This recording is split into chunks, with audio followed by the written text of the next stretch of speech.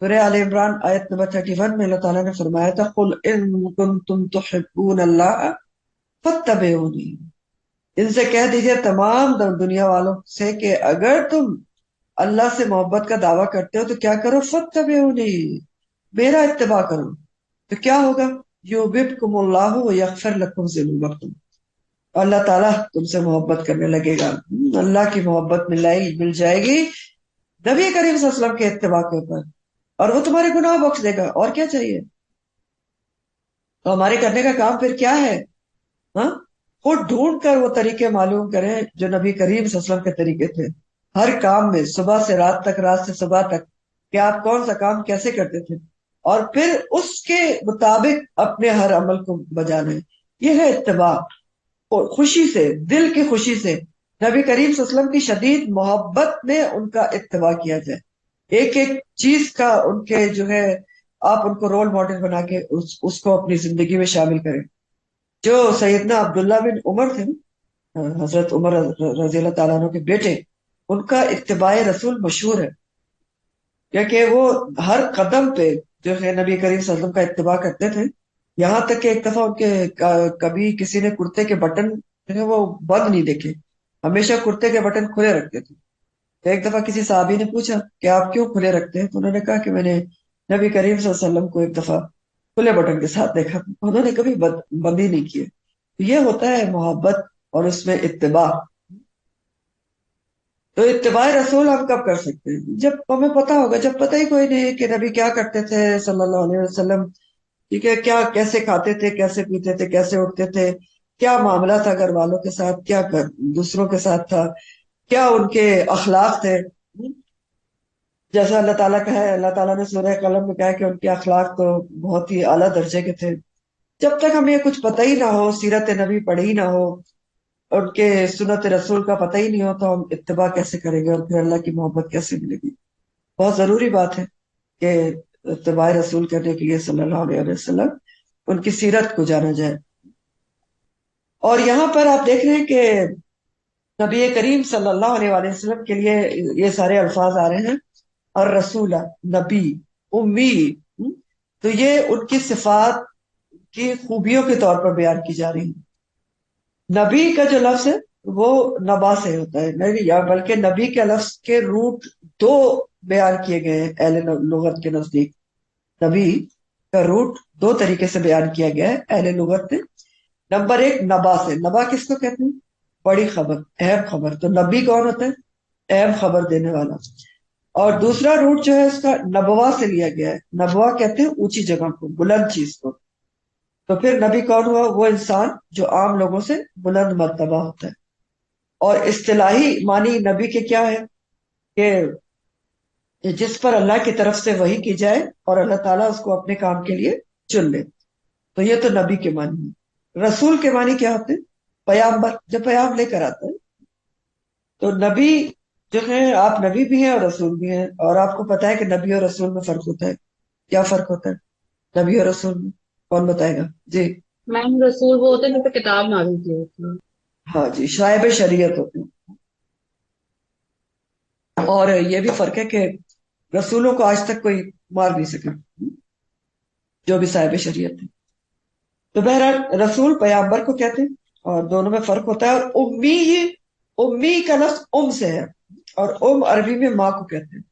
امی کون ہوتا ہے، جس نے صرف ماں کی سے تربیت حاصل کی ہو، کسی استاد یا مدرسے سے تعلیم نہ حاصل کی ہو، لکھنا پڑھنا جس کو نہ آتا ہو۔ آپ صلی اللہ علیہ وسلم کی جو امی کا لفظ آ رہا ہے نا، بطور تعریف آ رہا ہے کہ لکھنا پڑھنا نہیں جاننے کے باوجود تمام عالم، تمام عالموں کے لیے ہدایت کا ذریعہ بن گئی۔ ہاں؟ امید ہے لیکن تمام عالم اور تمام عالموں کے لیے ہدایت کا اور علم کا ذریعہ بن گیا۔ ہاں؟ وما ارسلناک الا رحمۃ للعالمین، تو آپ کو سب سے بڑھ کر علم ملا تھا، دنیا کے سارے علموں سے بڑھ کر العلم آپ کو ملا تھا، اللہ کے جو علم ہے اس پر مبنی آپ کو علم دیا گیا تھا۔ اور اس میں بھی اللہ تعالیٰ کی بڑی حکمت تھی کہ آپ پڑھنا لکھنا نہیں جانتے تھے، ورنہ اللہ تعالیٰ کے لیے کون سا مشکل تھا کہ دنیا کا بہترین استاد آپ کے لیے مقرر کر دیتے۔ لیکن حکمت کیا تھی کہ آپ کو تو معجزہ قرآن کا دینا تھا، اور ثابت کیا کرنا تھا کہ ایک امی شخص جس کو لکھنا پڑھنا نہیں آتا، اس کی زبان سے اتنا فصیح اور بلیغ کلام کا جاری ہو جانا، یہ اس بات کا بیان ثبوت ہے کہ وہ اللہ کا کلام پڑھ کر سنا رہے ہیں، اس لیے آپ کو امی رکھا گیا تھا۔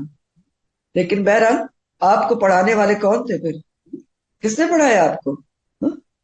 اللہ تعالیٰ نے آپ کو پڑھایا، جبرائیل اللہ علیہ تعالیٰ نے السلام کی مجھے زبانی۔ ہاں، جبرائیل علیہ السلام کی زبانی، تو کیا زبردست استاد اور کیا زبردست شاگرد!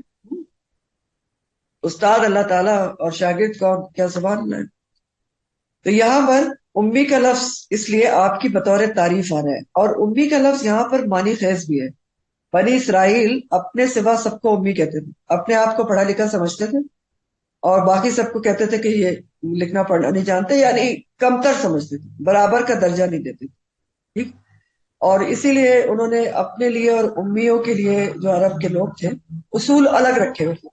سورہ آل عمران میں آپ نے پڑھا تھا کہ قالو لیس فی الامیین سبیل، کہ وہ کہتے تھے امیوں کے بارے میں ہم پر کوئی مواخذہ نہیں ہے، تو کم تر سمجھتے تھے۔ تو بتا دیا گیا یہاں پر اللہ تعالیٰ نے واضح طور پر کہ اللہ کی رحمت پانی ہے، تو جو بھی ہے اہل کتاب ہیں ان کو ان رسول جو امی ہیں انہی کا اتباع کرنا ہوگا لازمی طور پر۔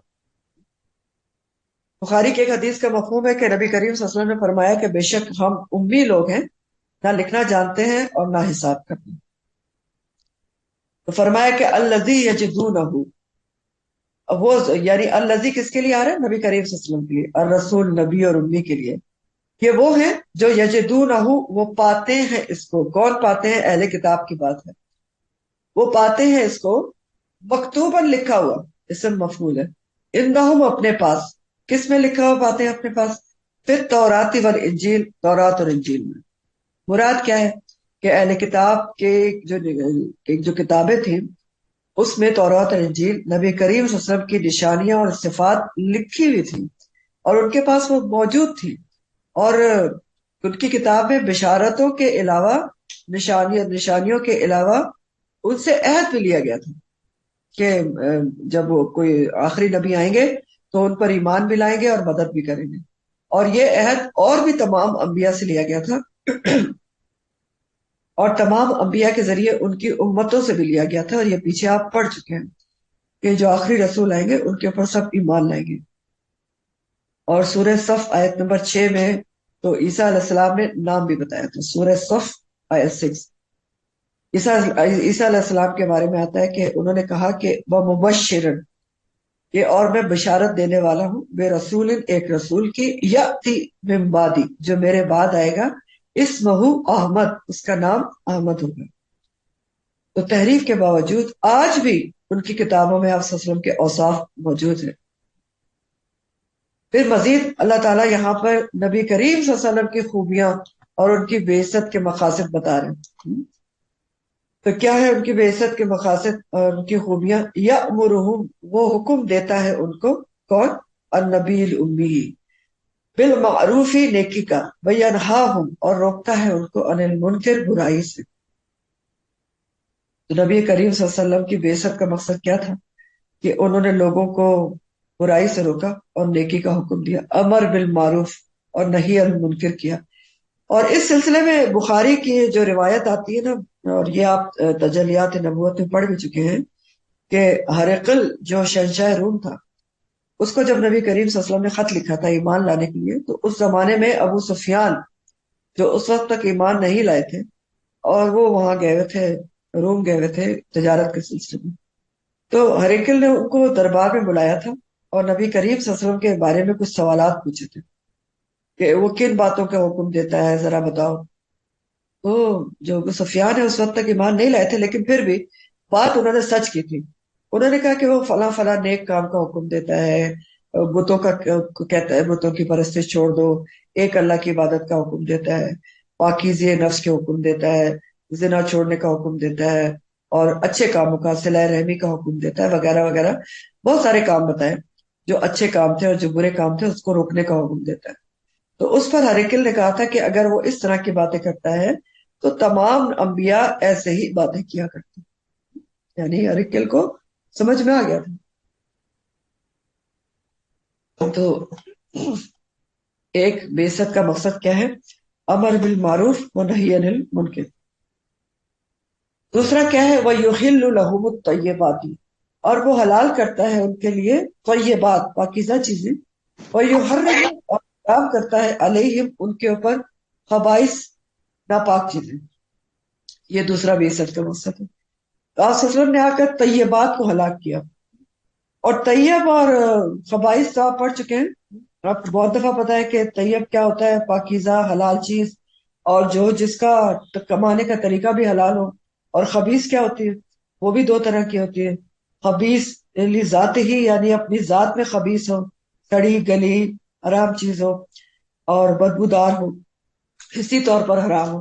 اور پھر کیا ہے کہ اس کو کمانے کا طریقہ حرام ہو. جیسے آپ کو میں بتاتی ہوتی ہے کہ مرغی اٹ سیلف تو حلال ہے، اگر چرا لی گئی تو حرام ہوگی. تو بہرحال آپ صلی اللہ علیہ وسلم نے آ کر طیبات کو ہلاک کیا، حلال کیا. جیسے یہود نے اونٹ کا گوشت حلال ہے نا، تو انہوں نے کیا کیا تھا، یہ بھی آپ نے پیچھے پڑھا ہے کہ انہوں نے اپنے اوپر اونٹ کا گوشت اور دودھ حرام کر لیا تھا. کیوں؟ کیونکہ یعقوب علیہ السلام نے کسی پرسنل ریزن کی وجہ سے وہ نہیں کھاتے تھے اونٹ کا گوشت، تو انہوں نے بس ان کی عقیدت میں اس کو حرام کر لیا. تو نبی کریم صلی اللہ علیہ وسلم کی جو شریعت ہے اس میں اونٹ کا دودھ اور اونٹ کا گوشت وغیرہ حلال کر دیا گیا. اور جیسے گائے اور بکری کی چربی جو ہے ان کی نافرمانی کی بنا پر بنی اسرائیل کی ان کے پر حرام کر دی گئی تھی، یہ بھی آپ نے پیچھے پڑھا ہے. تو وہ بھی امت محمدیہ پہ کیا ہے، حلال ہے. اور بعض حرام چیزیں جو یہود نے خود سے حلال کر لی تھی، بعض حرام چیزیں جو یہود نے خود سے حلال بنا لی تھی، وہ آپ صلی اللہ علیہ وسلم کی شریعت میں پھر سے حرام قرار دی گئی. جیسے سود لینا، اور جیسے جیسے آپ کو میں نے ابھی بتایا کہ امیوں کے لیے وہ کہتے تھے کہ ان کے ساتھ ہم جو بھی کرتے رہیں، تو یہ سب پھر سے حرام کر دیا گیا کہ سود بھی حرام ہے، اور امیوں کے ساتھ بھی ایسا نہیں ہو سکتا. ہر کسی کے ساتھ آپ نے فیئر ڈیلنگ کرنی ہے. یہاں پر آپ کو ایسا لگ رہا ہوگا کہ جیسے خطاب جو ہے وہ یہود سے ہے سیدھا سیدھا، کیونکہ خطاب کا آپ اسٹائل دیکھ رہے ہیں، اسلوب دیکھ رہے ہیں نا، کہ وہ یحل لہم، وہ حلال کرتا ہے ان کے لیے طیبات، وہ یحرم علیہم خبائث.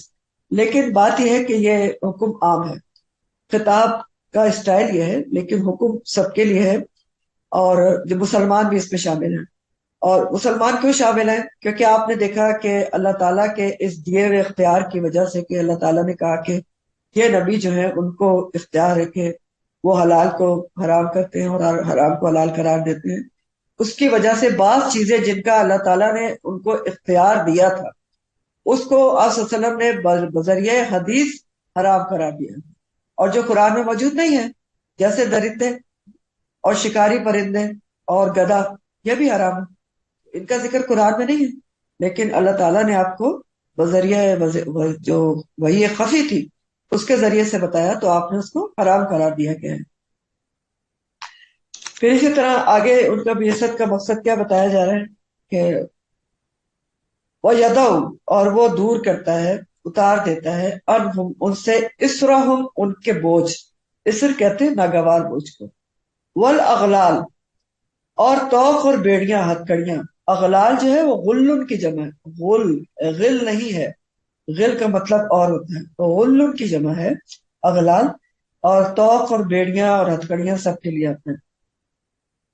تو بعثت کا ایک اور مقصد کیا ہے کہ وہ اتار دیتا ہے عنہم، تمام لوگوں سے، چاہے اہل کتاب ہوں یا مسلمان ہوں، اسرہم ان کے بوجھ جو ناگوار بوجھ ہیں، اور ہتھکڑیاں اور بیڑیاں، التی کانت علیہم جو ان کے اوپر تھی. تو کون سے بوجھ تھے پہلے؟ اسرہم. اسرہم سے مراد وہ سخت احکامات ہیں جو پچھلی امتوں کو دیے گئے تھے، لیکن آپ صلی اللہ علیہ وسلم نے آ کر اپنی شریعت میں وہ منسوخ کر دیے اللہ کے حکم سے. مثلا پچھلی امتوں پر کپڑے ناپاک ہونے پر اس کو کاٹ کر پھینکنا پڑتا تھا، یعنی جتنا پورشن ناپاک ہو گیا ہے اس کو کاٹ کر پھینک دیں تو کپڑا نکارا ہو جاتا تھا. ہمارے لیے کیا حکم ہے؟ دھو کر صاف کرنا، آسان بات ہے. اسی طرح مال غنیمت، پچھلی جو قومیں تھیں ان پر حلال نہیں تھا. کیا کرنا ہوتا تھا کہ مال غنیمت کو ایک جگہ جمع کر کے جلا دیا جاتا تھا، لیکن جو شریعت محمدی ہے ان میں مال غنیمت حلال ہے. اسی طرح آپ دیکھیں حائضہ جو ہے، یعنی جو پیریڈس والی عورت ہوتی ہے، اس کے ساتھ یہود تو کھانا تک نہیں کھاتے تھے، بلکہ انتہا تھی کہ الگ گھر میں بھیج دیتے تھے، اور نصارہ جو ہے وہ ہر کچھ ہی کر لیتے تھے، صحبت بھی کر لیتے تھے۔ تو ہمارے ہی شریعت میں کیا ہے، بہت اعتدال ہے، صرف صحبت منع ہے، مباشرت نہیں ہو سکتی، اس کے علاوہ کچھ بھی نہیں منع ہے، ساتھ بیٹھے لیٹے کھائے پیئے جو مرضی کریں۔ پھر اسی طرح قصاص کے بارے میں اگر لیں تو یہود کی جو شریعت تھی اس میں قصاص تھا، صرف جان کے بدلے جان، دیت اور معافی نہیں تھی۔ اور جو نصارہ تھے ان کے اندر معافی اور قصاص تھا، دیت نہیں تھی۔ تو ہمارے پاس کتنی ہے، 3 زبردست آپشنز ہیں، تینوں میں سے کوئی بھی لی جا سکتی ہے، قصاص یا دیت یا معافی۔ تو یہ تو اسر تھے جو اتار دیے گئے آپ کی شریعت کے ذریعے۔ اغلال کیا تھے، مانوی بوجھ برا تھے، وہ سب پابندیاں جو پہلے جو اہل کتاب تھے ان کے علماء نے خود ساختہ عقائد کے طور پر لاگو کی ہوئی تھی، خود ساختہ، حلال کو حرام، حرام کو حلال بنایا ہوا تھا، کچھ بوجھ اس طرح کی پابندیاں رائج کی ہوئی تھی، یا یہ کہ جو ان کے جاہل عوام نے اپنے توہمات کی وجہ سے اپنے اوپر عائد کی ہوئی تھی۔ تو آپ کی بعثت نے ان تمام بوجھوں سے، جو انسانیت ہے اس کو مشکل احکامات سے، خود ساختہ عقائد سے آزاد کر دیا، ختم کر دیا ان کے اوپر۔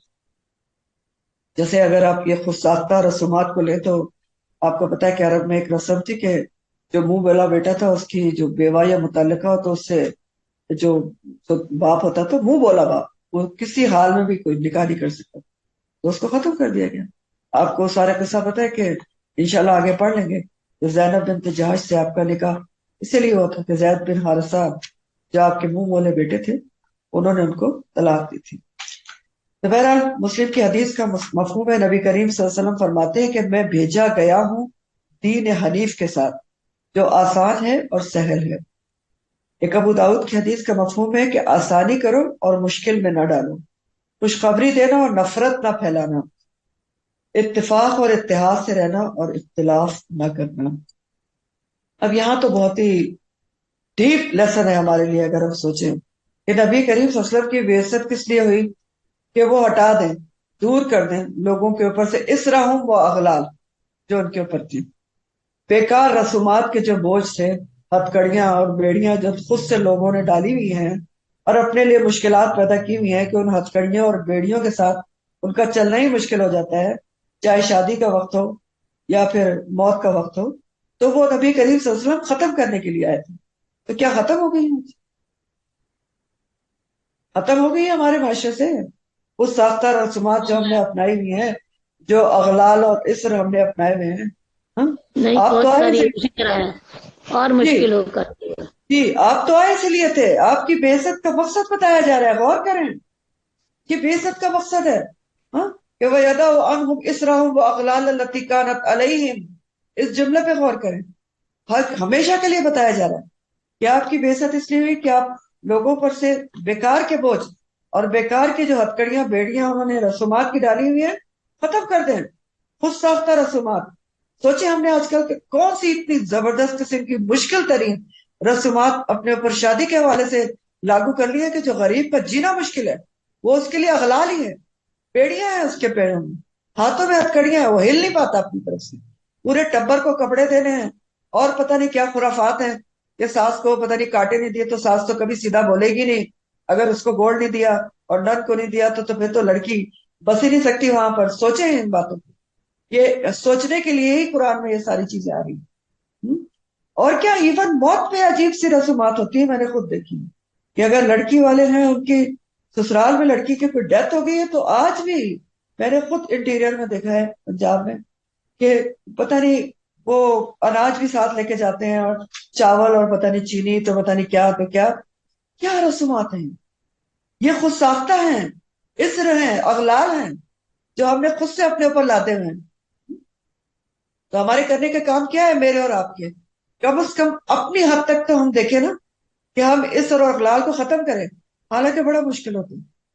جب آپ ختم کرنے کی کوشش کرتے ہیں تو آپ کے سامنے آپ کے اپنے ہی لوگ کھڑے ہوتے ہیں کہ نہیں یہ کیسے ہوگا، لیکن کرنا ہے کم از کم۔ جیسے فار ایگزامپل جو لڑکوں کی مائیں ہیں وہ ذرا دل بڑا کریں، جہیز لینا چھوڑ دیں، جائز لینا چھوڑ دیں. اگر ہم میں سے ہر کوئی اپنی جگہ پر یہ کام کرے گا تو بہت سارے لوگ فورم پہ موجود ہیں، کم از کم کہیں نہ کہیں تو پھر یہ چیز پھیلے گی نا، یہ رسومات اور یہ اغلال ختم ہوں گے نا. نہ لینا کاٹے آپ ایک دفعہ لڑکی والوں سے، آپ خود نہیں بنا سکتے. ہاں، ایک اسی کانٹوں میں آپ کی زندگی گزرنی ہے، یا پھر اسی ایک سوٹ پہ جو آپ کو وہاں سے ملنا ہے اسی پہ زندگی گزرنی ہے.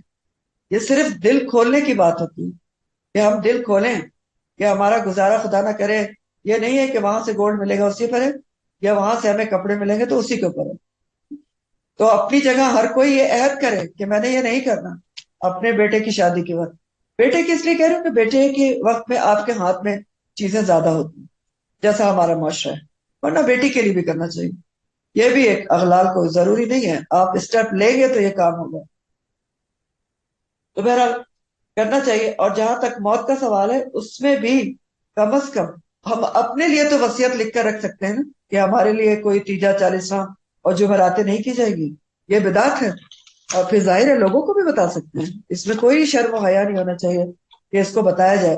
اور بتانا تو درکنار، افسوس کے ساتھ قرآن پڑھنے والے بھی سوئم اور چالیسواں اور جمعراتوں میں شرکت کر رہے ہوتے ہیں، جو بہت ہی دکھ کی بات ہے. وہ دیکھیں اپنے ہاتھ کو اپنے دل پر رکھیں کہ ہمیں پتا ہے. کہیں سے ایک آپ اگر مجھے لا کر دکھا دیں، خود دیکھ لیں اپنے لیے، کوئی روایت، کوئی حدیث، کوئی صحابہ کا طریقہ. آپ نبی کریم صلی اللہ علیہ وسلم کے سامنے ان کی 2 بیٹیوں کا انتقال ہوتا ہے، 2 یا 3 بیٹوں کا انتقال ہوا تھا، کتنے صحابہ کا ہوا تھا، خود نبی کریم صلی اللہ علیہ وسلم کا انتقال ہوا تو کیا کہیں پر لکھا ہے ان کا سویم ہوا تھا، ان کی جمعراتیں ہوئی تھی، یا ان کا چالیسواں ہوا تھا؟ تو پھر آپ ضرور کریں. آپ جاتے ہیں پھر اس میں، آپ کو پتا ہے پھر بھی جاتے ہیں آپ، تو یہ آپ ختم کر رہے ہیں اغلال کو اور اسر کو، یہ آپ پروموٹ کر رہے ہیں. اور کیوں جاتے ہیں؟ کہ برا منا لے گا، پڑوسی ہے، رشتہ دار ہے، تو وہ برا منا لے گا. لیکن نبی کریم صلی اللہ علیہ وسلم کی سنت کے آپ خلاف کر لیں گے اور حوض کوثر پر بدعتیوں میں خدا نہ کرے شمار ہو جائیں گے، دور کر دیے جائیں گے، اس کا نہیں سوچا جاتا.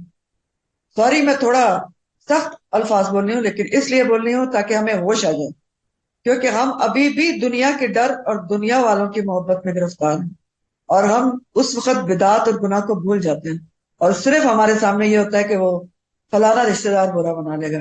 اگر سویم نہیں کیا تو لوگ کہیں گے تم تو اپنے پڑھنے والے کی کوئی فاتحہ ہی نہیں کی، تمہیں اس سے پیار ہی نہیں تھا. ان باتوں سے ہم ڈر جاتے ہیں. یہی شادی کے موقع پر ہوتا ہے اور یہی بالکل موت کے موقع پر ہوتا ہے.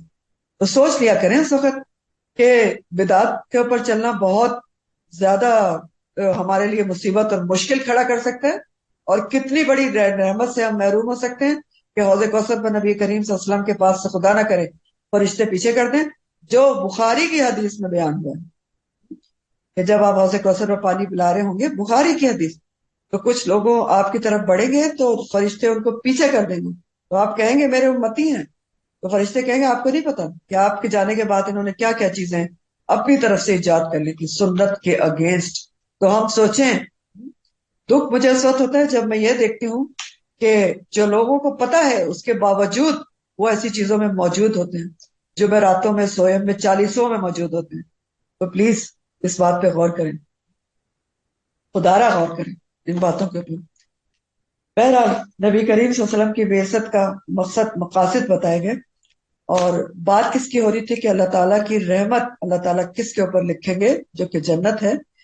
اس میں بتایا گیا کہ جو لوگ تقوی اختیار کرتے ہیں، زکوٰۃ دیتے ہیں، اللہ کی آیات احکامات پر ایمان لاتے ہیں، ان پر عمل کرتے ہیں، اور سب سے بڑھ کر جو اتباع کرتے ہیں رسول اور امّی کا، جن کے مقاصد یہ تھے بعثت کے کہ وہ امر بالمعروف اور نہی عن المنکر کرتے تھے، جو ہماری بھی زندگی کا مقصد ہے. آپ کو پتا ہے نا، کنتم خیر امت اخرجت للناس تأمرون بالمعروف ینہون عن المنکر. اور کیا کرتے تھے؟ وَيُحِلُّ لَهُمُ الطَّيِّبَاتِ وَيُحَرِّمُ عَلَيْهِمُ الْخَبَائِثَ وَيَدْعُ، اور وہ دور کرنے کے لیے آئے تھے انہم لوگوں سے، اسرہم ان کے بوجھ، وہ اغلال اور طوق اور بیڑیاں جو ان کے پر پڑی تھی.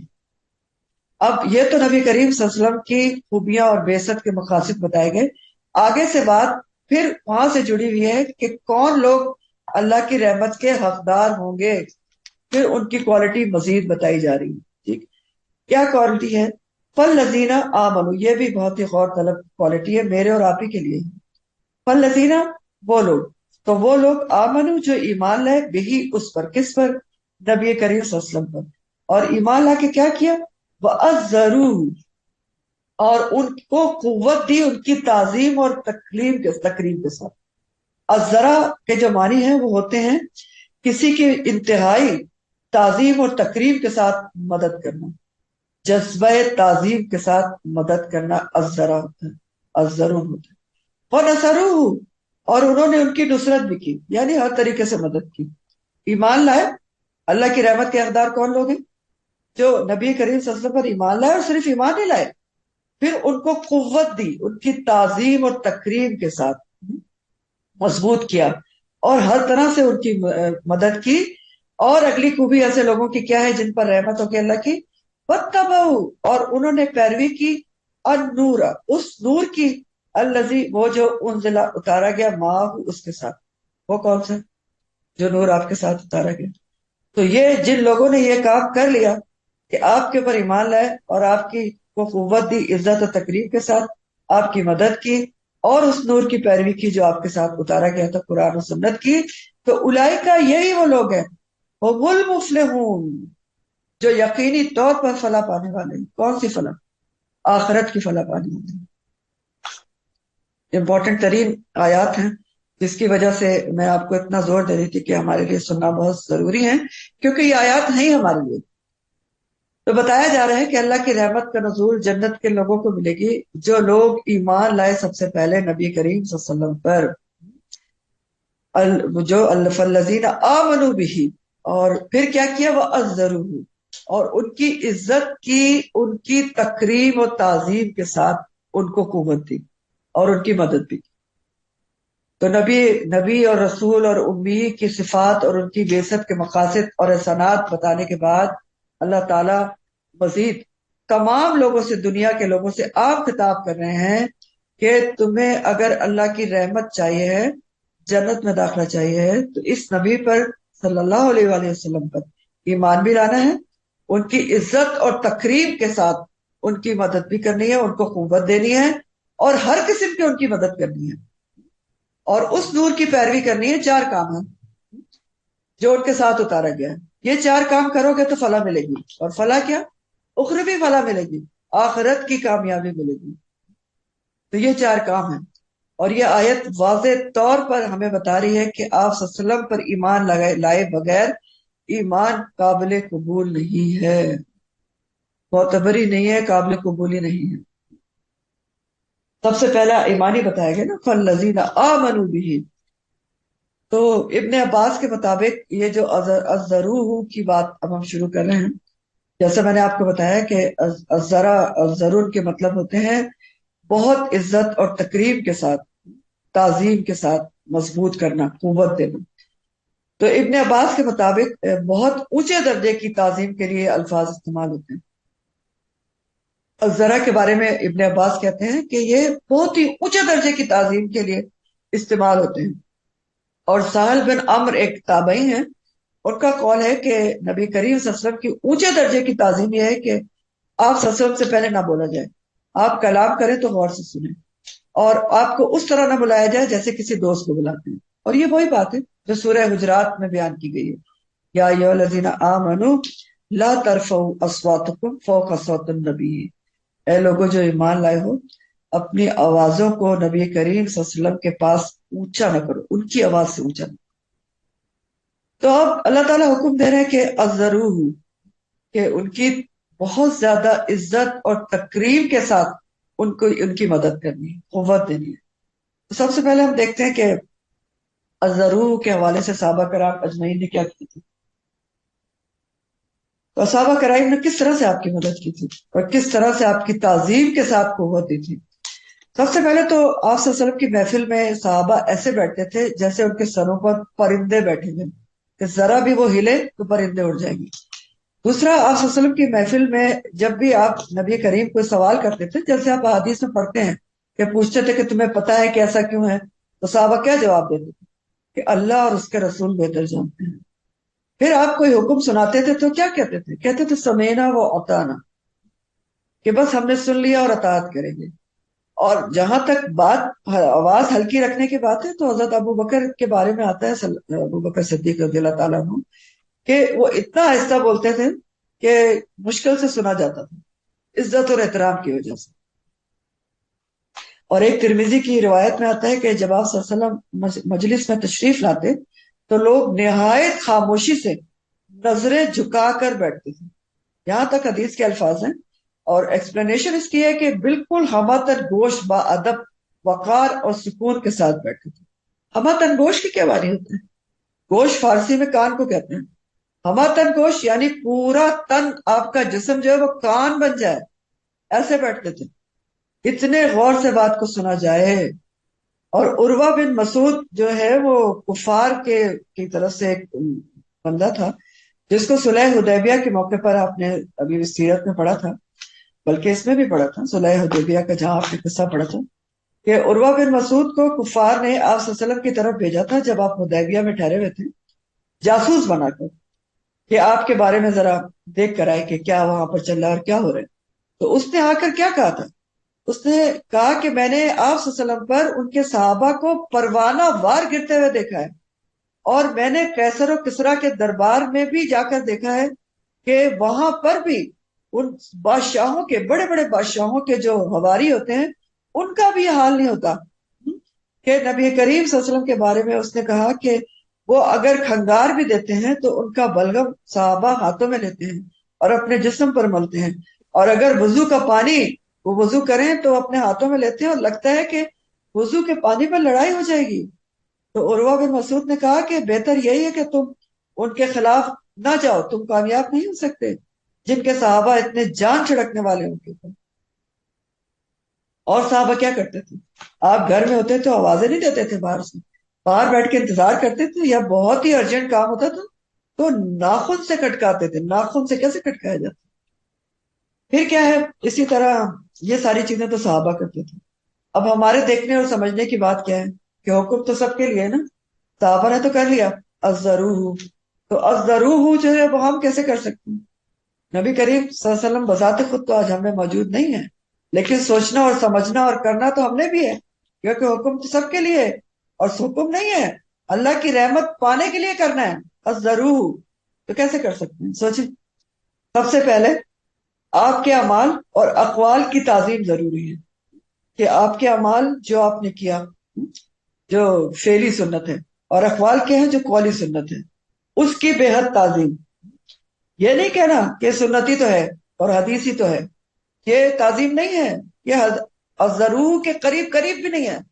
آپ کو ابھی میں نے بتایا نا، اپنے عباس کہتے ہیں ہائی ڈگری کی تعظیم اس سے مراد ہے، تو یہ تو ہائی ڈگری کی کہاں سے ہوئی؟ یہ تو بالکل ہی تعظیم ہی نہیں ہے، بلکہ اگر کوئی یہ کہتا ہے کہ حدیثی تو ہے سنتی تو ہے، ٹھیک۔ اور پھر بات یہ ہے کہ دیکھیں ہم یہ کیسے کہہ سکتے ہیں کہ یہ حدیث ہی تو ہے؟ آپ سنت پر عمل کے بغیر قرآن کو سمجھ ہی نہیں سکتے، احادیث کو لیے بغیر قرآن کو سمجھ ہی نہیں سکتے۔ آپ کی تقریباً ہر آیت میں جب حدیث بتائی جاتی ہے تو آپ کو بات سمجھ میں آتی ہے۔ پھر اسی طرح آپ قرآن کے احکامات پر عمل نہیں کر سکتے، کیوں؟ کیونکہ سیرت نبی صلی اللہ علیہ وسلم قرآن کی عملی تفسیر ہے۔ تو آپ کے اعمال اور اقوال کی تعظیم سب سے پہلے ضرور میں شامل ہے۔ پھر کیا ہے، تعظیم میں احادیث کے الفاظ کا خیال رکھنا بھی ضروری ہوتا ہے، کہ احادیث تو عربی میں ہے نا، تو اس کو اتنا نہ تبدیل کیا جائے کہ وہ الفاظ کا جو متن یا مطلب ہے بالکل چینج ہو جائے۔ تو اس کا بھی خیال رکھنا چاہیے کہ بالکل اپنی طرف سے اس کو نہ بدلنا۔ پھر یہ ہے کہ آپ کی محفل، آج بھی آپ کی محفل کون سی ہے؟ جو قرآن کی محفل ہے، جس محفل میں آپ ابھی بھی موجود ہیں، یا جو حدیث کی محفل ہے جہاں حدیث پڑھی اور پڑھائی جاری ہوتی ہے۔ صحابہ کے بارے میں کیا ابھی آپ نے پڑھا؟ ایسے بیٹھتے تھے جیسے سروں پر پرندے بیٹھے ہوتے ہیں۔ سوچیں ہم کہ کیا ہم ویسے ہی بیٹھتے ہیں؟ یا قرآن کی محفل ہو یا حدیث کی محفل ہو، کبھی صحابہ نے یہ نہیں کیا کہ نبی کریم صلی اللہ علیہ وسلم پہلے آ چکے ہوں تو بعد میں وہ ٹہلتے چلے آ رہے ہیں، ہاں؟ کہ وہ 20 منٹ کے بعد آ گئے یا 25 منٹ کے بعد آ گئے۔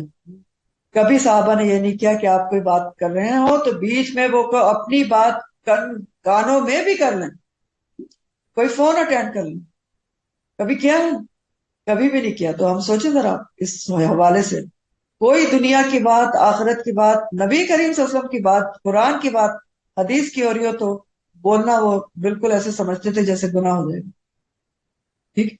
اور امام مالک رحمت اللہ علیہ کے بارے میں آتا ہے کہ ایک دفعہ وہ حدیث کا درس دے رہے تھے، تو ان کے کوئی نیچے بچھو پیر کے نیچے آ گئے اور اس نے کئی دفعہ کاٹا، اور آپ نے نہ اس کو ہٹایا نہ حدیث پڑھانی چھوڑی، اف تک بھی نہیں کیا، درد سہتے رہے. کیوں؟ حدیث کے احترام میں کہ یہ پورا ہوگا تو میں چھوڑوں. ٹھیک؟ ہم سوچیں ہیں یہ بھی بہت ہی غور طلب باتیں ہیں ہمارے لیے. قرآن کی محفل اور حدیث کی محفل میں ہم کیا کر رہے ہیں؟ پھر یہ بھی ہے اس کے اندر کہ ایک دم سے یہ بھی نہیں کہہ دینا چاہیے کہ فلاں حدیث مجھے سمجھ میں نہیں آتی یا فلاں حدیث پہ آج کل عمل نہیں ہو سکتا، کیونکہ کبھی صحابہ نے یہ بھی نہیں کہا کہ حدیث ہمیں سمجھ میں نہیں آتی. انہوں نے ہمیشہ یہ سن کر کہا کہ ہم نے سن لیا اور ہم اس پر عمل کریں گے، سمینا و اطعنا. پھر اسی طرح ازروح میں آپ کی تعظیم اور تقریب میں مسجد نبی کی تعظیم بھی یقینی طور پر شامل ہے کہ بہت ادب اور احترام کے ساتھ نگاہ نیچی کر کے درود و سلام پڑھتے ہوئے وہاں پر جانا چاہیے. یہ سخت بگدڑ مچانا اور دوڑنا اور یہ سب چیزیں کرنا یہ یقینی طور پر ضرور اور آپ کی تعظیم کے خلاف ہے. تو کم از کم ہمیں خود اپنے طور پر تو ان چیزوں کا خیال رکھنا چاہیے. پھر آپ صلی اللہ علیہ وسلم نے فرمایا کہ میری قبر کو سجدہ گاہ نہ بنانا. تو تعظیم کرنی ہے لیکن غلوب سے کام نہیں لینا آپ کی تعظیم میں، یہ بھی ایک بہت ضروری پوائنٹ ہے. پھر آپ کی تکریم اور تعظیم میں آپ کے پاس درود شریف پڑھنا بھی لازمی طور پر شامل ہے کہ جب بھی آپ کا نام آئے صلی اللہ علیہ وآلہ وسلم ضرور کہنا چاہیے. اور اس کے بارے میں بھی آپ کو پتا ہے کہ نبی کریم صلی اللہ علیہ وسلم کی ایک حدیث کا مفہوم ہے کہ انہوں نے 3 اسٹیپس چڑھے تھے سیڑھیوں کے ممبر کے، اور ہر اسٹیپ کے پر انہوں نے آمین کہا تھا.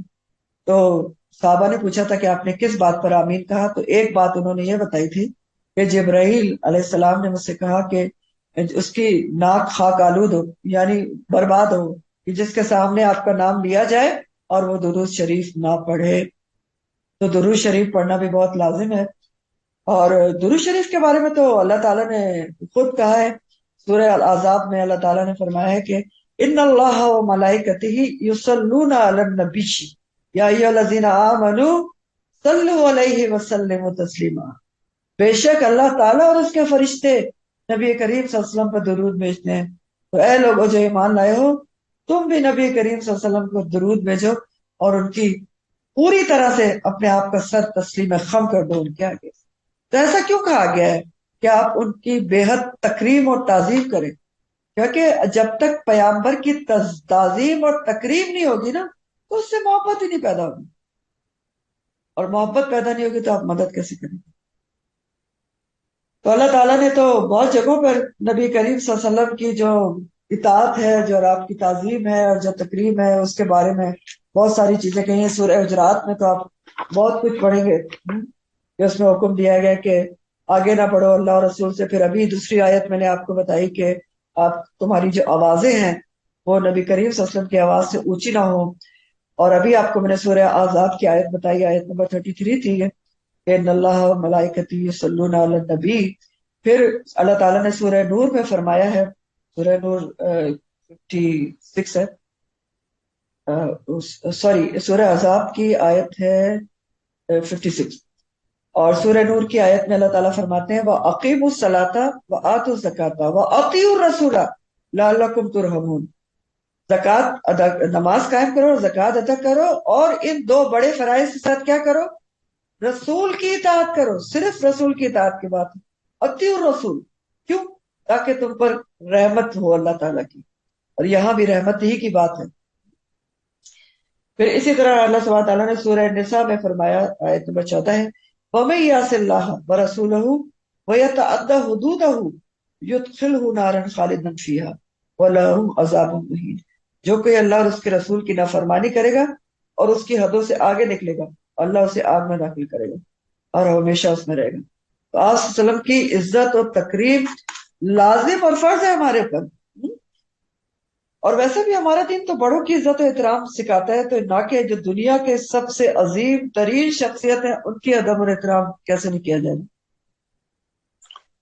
پھر نصروہ کی بات ہے کہ ان کی مدد کرو، کہ وہ لوگ کامیاب ہیں جنہوں نے ان کی مدد بھی کی ہر طریقے سے.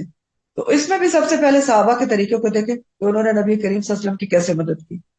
ہر طریقے سے کی، ہر کچھ قربان کر دیا، اپنا جان، اپنا مال، اپنا اولاد، رشتہ دار، اپنا وطن، سب. اور جب مدینہ آ بھی گئے تو پھر بھی کیا؟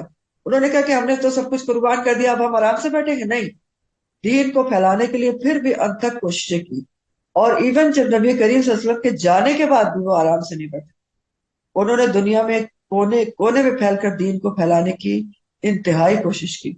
تو اب ہم کیسے نصرو کر سکتے ہیں؟ سوچنا ہے نا، ہم نے بھی تو سوچنا ہے، ہم نے رحمت نہیں پانی اللہ سبحانہ تعالیٰ کی، جنت نہیں چاہیے، تو نصرو کیسے کر سکتے ہیں؟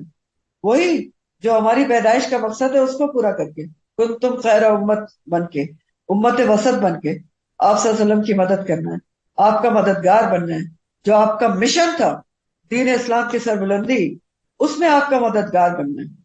قرآن اور حدیث کی جو پھیلاؤ ہے، جو اس کی اویئرنس ہے، اس کو دینے کے لیے ہمیں بھی قربانی کے لیول پر آنا چاہیے، کیونکہ یہاں حکم ہی ہے اور رحمت کا نزول کی کا ذریعہ بتایا جا رہا ہے کہ ازروح بھی کرنا ہے اور نصروح بھی کرنا ہے۔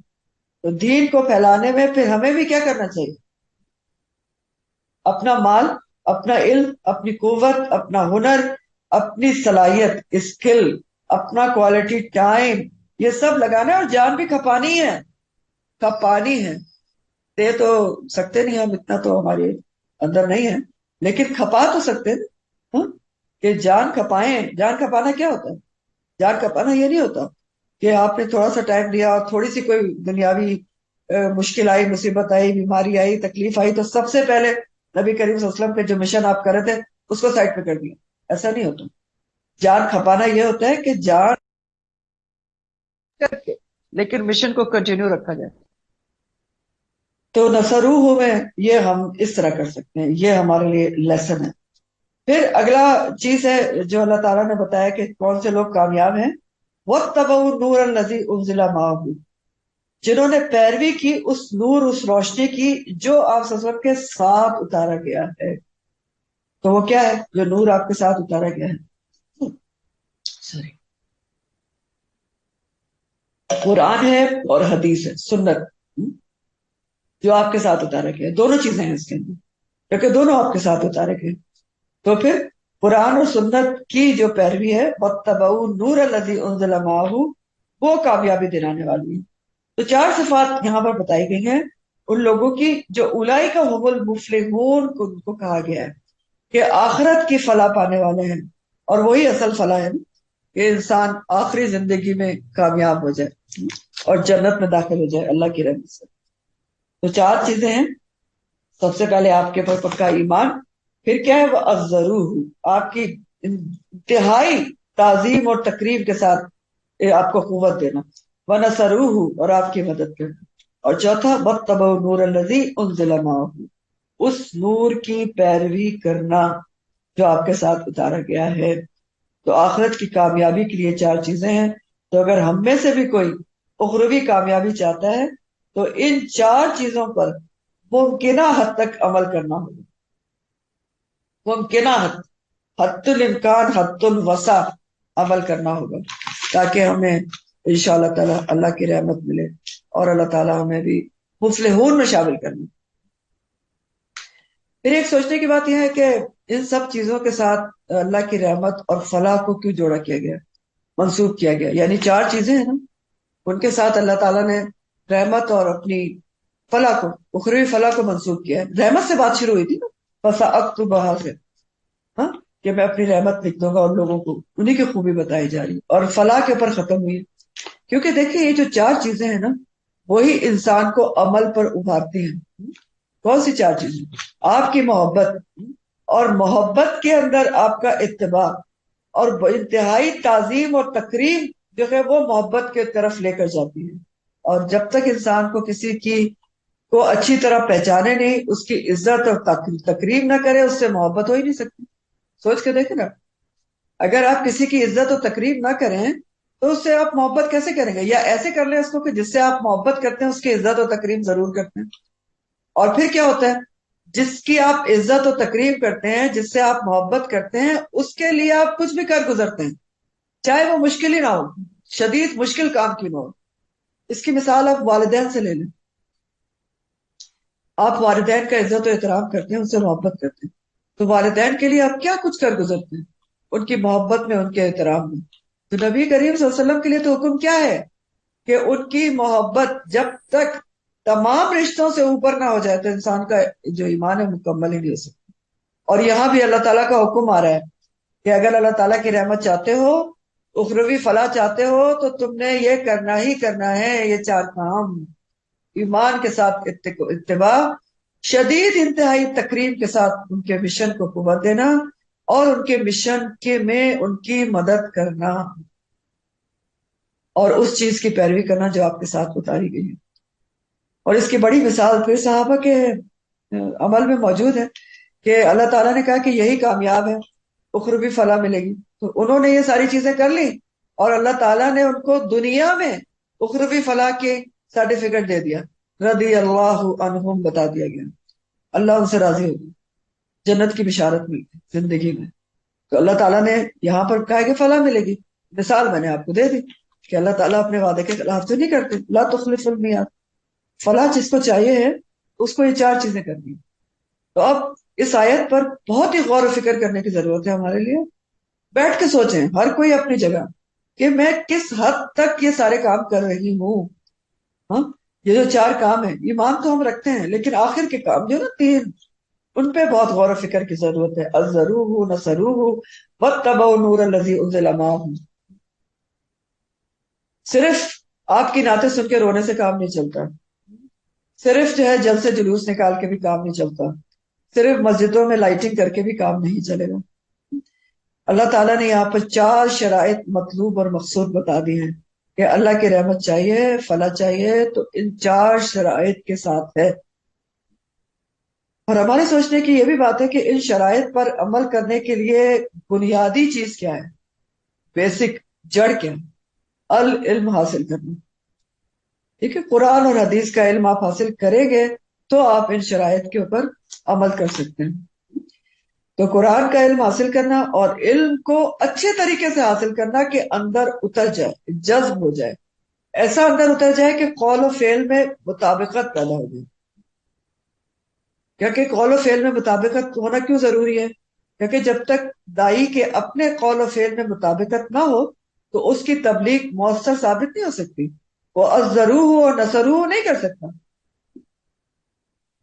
تو ظاہر ہے جب آپ العلم حاصل کریں گے تو نور کی پیروی کر سکتے ہیں جو آپ کے ساتھ اتارا گیا، اور نور کی پیروی میں پھر قرآن اور حدیث دونوں کا علم آتی ہے، دونوں کو حاصل کرنا چاہیے۔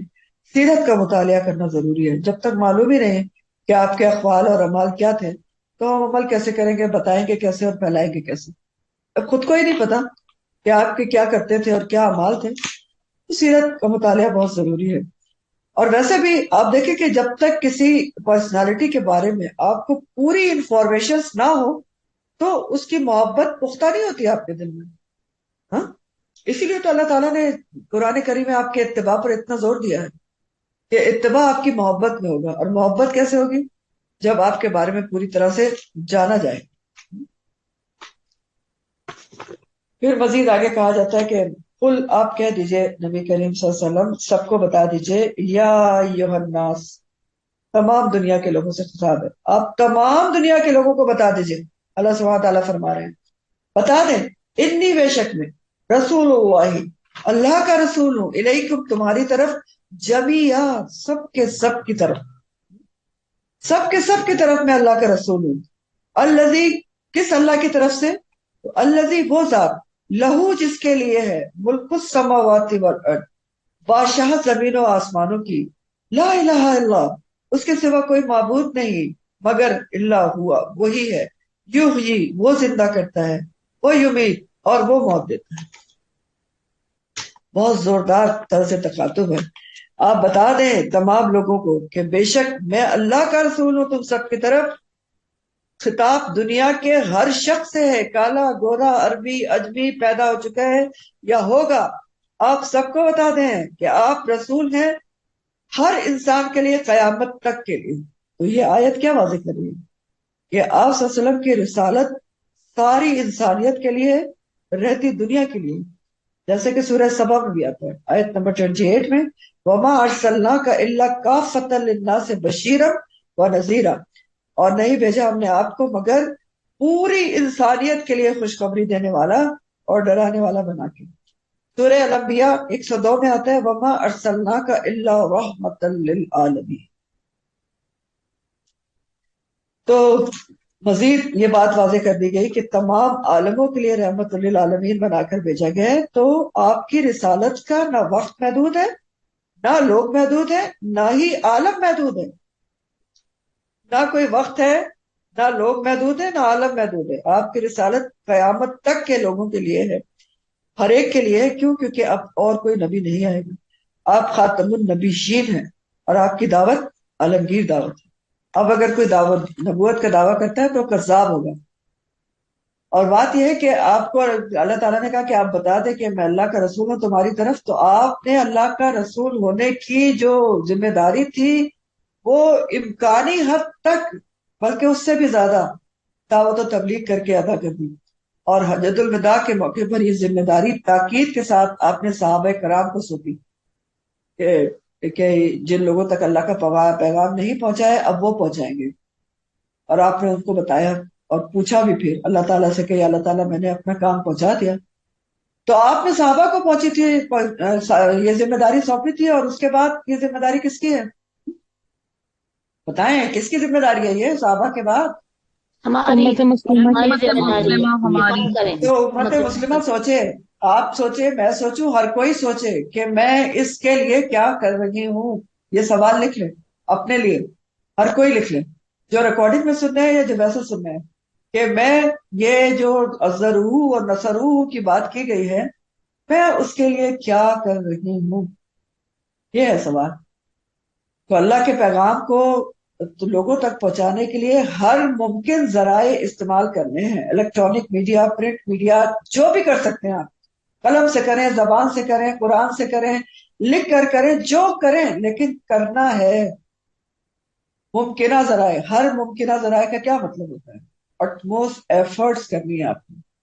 تو آیت کا اسٹارٹ بہت زبردست ہے کہ میں اللہ کا رسول ہوں، اس کا پیغام لایا ہوں جس کی عالی شان یہ ہے کہ وہ کون ہے؟ الذی لہ ملک السماوات والارض. اس کا رسول ہوں میں جس کے لیے بادشاہت ہے تمام آسمانوں کی اور زمین کی. تمام زمین و آسمانوں کا بادشاہ ہے. لا الہ الا ہوا، کوئی اس کے سوا معبود نہیں ہے. ہوا یحیی و یمیت، وہی زندگی اور موت دینے والا ہے. تو اب ثابت ہو گیا نا کہ اس کی الوہیت اور ربوبیت میں کوئی شامل نہیں ہے. تو اللہ تعالیٰ کی قدرت کاملہ کا زبردست اظہار ہے اس میں کہ دیکھو میں رسول اس کی طرف سے بنا کر بھیجا گیا ہوں جس کی یہ عالی شان ہے. تو اس لیے کیا ہے؟ تو اس اللہ پر ایمان لاؤ. اس کے بعد کیا کرو؟ آگے یہی بات کی جا رہی ہے. آپ دیکھیں کہ یہ ثابت ہو گیا کہ رسول اس ذات کی طرف سے ہوں جو تمام کائنات کا بادشاہ ہے، زمین و آسمان کا بادشاہ ہے. معبود برحق وہی ہے، زندگی موت دینے والا ہے. فآمنوا، تو بس ثابت ہو گیا اسی پر ایمان لاؤ. باللہ، اللہ پر. اور کس پر لاؤ؟ وہ رسول ہی، اور اس کے رسول پر ایمان لاؤ. النبی، جو نبی ہیں، الامی، امی ہیں، الذی، وہ جو یؤمنو، خود بھی ایمان لاتے ہیں، باللہ، اللہ پر، وہ کلمات ہی، اس کے کلمات پر. تو اللہ پر ایمان لاؤ اور اس کے رسول پر لازمی ایمان لاؤ. کیٹیگوریکلی بتایا گیا جو نبی اور امی ہیں اور جو خود بھی ایمان لاتے ہیں اللہ پر، اس کے کلمات پر. واتبعوہ، اور پیروی کرو، پھر پیروی کرو، پھر پیروی کرو اسی نبی کی، اس کی، لعلکم، تاکہ تم ہدایت پا جاؤ. پہلے فلاح کی بات ہے، ہدایت کی بات آ گئی. ٹھیک، پہلے فلاح کی تھی، اب ہدایت کی ہے. ہدایت ہے یا فلاح ہے کس سے ملے گی؟ جب اللہ پر ایمان اور رسول پر ایمان اور ان کا اتباع ہوگا. اور فرمایا گیا کہ الذی یؤمن باللہ و کلماتہ، کہ جو خود بھی اللہ پر اور اس کے کلمات پر ایمان رکھتے ہیں. اور کلمات سے مراد کیا ہے؟ اللہ کے کلمات سے مراد قرآن ہے، اور وہ سارے کلمات ہیں جس کا ذکر قرآن میں آتا ہے. اللہ تعالیٰ کی شان، بزرگی اور بڑائی کے بارے میں سارے کلمات بھی اسی میں آتے ہیں. سورہ لقمان آیت نمبر 27 کا ترجمہ ہے، لقمان 27 کا ٹرانسلیشن ہے. اور جتنے بھی درخت زمین بھر ہیں وہ سب قلم بن جائیں، اور جتنے سمندر ہیں وہ روشنائی بنا دیے جائیں، اور اس کے بعد 7 سمندر اور بھی لائے جائیں تو اللہ کی باتیں ختم نہیں ہوں گی. تو کلمات تو اللہ تعالیٰ کے اتنے ہیں، بزرگی کے، اس کی شان کے، کہ ختم ہی نہیں ہوں گے. تو اتنی عالی شان والے کی طرف سے میں رسول بنا کر بھیجا گیا ہوں، تو اب کرنے کا کام کیا ہے؟ اللہ پر ایمان لاؤ اور اس کے رسول پر ایمان لاؤ جو نبی الامی ہے، اور وَاتَّبَعُوهُ، پھر اتباع کرو اس رسول کا تاکہ تم ہدایت پا جاؤ۔ کیوں؟ کیونکہ وہ نبی جو نبی الامی ہے، ان کا ہر عمل، پوری زندگی ان کے ایمان لانے کی تصدیق کرتی ہے۔ تو بہت ہی پرزور تاکید ہے آپ صلی اللہ علیہ وسلم کی اتباع پر، بہت پرزور تاکید ہے۔ آپ دیکھ رہے ہیں ان آیات میں کہ آپ کا اتباع کیا جائے۔ اگر ہدایت چاہتے ہو آپ کا اتباع کرو، اگر اخروی فلاح چاہتے ہو آپ کا اتباع کرو۔ تو بہت ہی غور و فکر کے لیے تھی ہمارے یہ آیات، اور اللہ سبحانہ تعالیٰ ہمیں ان کے پر عمل کرنے کی توفیق عطا فرمائے کہ ہم عزروہ اور نصروہ اور نور الذی جو آپ کے ساتھ اتارا گیا ہے اس کا اتباع، آپ کے جو اعمال ہیں، جو آپ کے اقوال ہیں، ان کا اتباع یہ کر سکیں، آپ کی سیرت کو سمجھ سکیں اور قبر کے سوالات میں بھی کامیاب ہو سکیں۔ پہلا مرحلہ تو وہی ہے جہاں فلاح کی ضرورت ہے، اس کے بعد آگے پھر فلاح کے درجات ہیں۔ تو آخر دعوانا ان الحمد للہ رب العالمین، سبحانک اللہم و بحمدک، نشہد ان لا الہ الا انت، نستغفرک ونتوب الیک۔ سبحان ربک رب العزۃ عما یصفون وسلام علی المرسلین والحمد للہ رب العالمین۔ ربنا تقبل منا انک انت السمیع العلیم وتب علینا انک انت التواب الرحیم، آمین یا رب العالمین۔ السلام علیکم ورحمۃ اللہ وبرکاتہ۔